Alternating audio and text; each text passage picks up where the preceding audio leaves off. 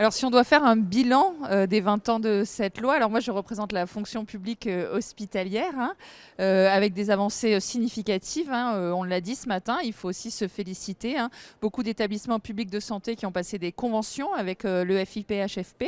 On l'a dit, hein, ces conventions, elles aident à se structurer, elles aident à lancer une dynamique collective, elles aident à avoir des financements et du coup des résultats concrets.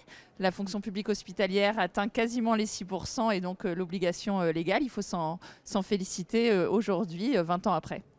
Pour revenir sur la question effectivement de l'inclusion des personnes en situation de handicap au sein des hôpitaux, alors il y a plusieurs difficultés, hein. La première, effectivement, c'est la question sûrement des stéréotypes. À l'hôpital, on prend en charge des personnes qui sont vulnérables, hein, des patients qui sont malades.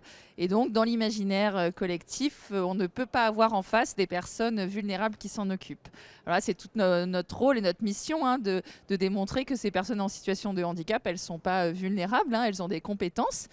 Elles ont des restrictions, ou en tout cas, elles vont avoir des adaptations ou des compensations nécessaires, mais elles ont surtout beaucoup de richesses. Et c'est ça qu'il faut démontrer. Il n'y a pas d'emploi impossible à l'hôpital. Ça nécessite simplement de l'accompagnement de la part de tout le monde. Ensuite, il y a la question sûrement aussi un peu de la concurrence avec le maintien dans l'emploi. À l'hôpital, on est sur des métiers qui sont physiques, qui sont exigeants. Et du coup, on a une grande obligation de maintien dans l'emploi de nos professionnels. Et du coup, il peut y avoir une concurrence entre ces deux dynamiques, hein, recruter et accueillir des professionnels en situation de handicap et maintenir nos propres professionnels qui eux-mêmes peuvent rencontrer des difficultés, voire développer des handicaps. Mais ces deux dynamiques, elles ne sont pas en concurrence et c'est à nous de les aligner. Sur les collectifs de travail, on a effectivement senti beaucoup de changements, hein.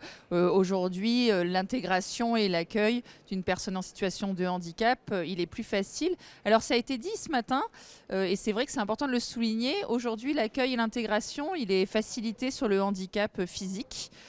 Ou sensoriel. Ça, aujourd'hui, effectivement, on sait bien le faire, on sait bien solliciter les aides, adapter les postes de travail.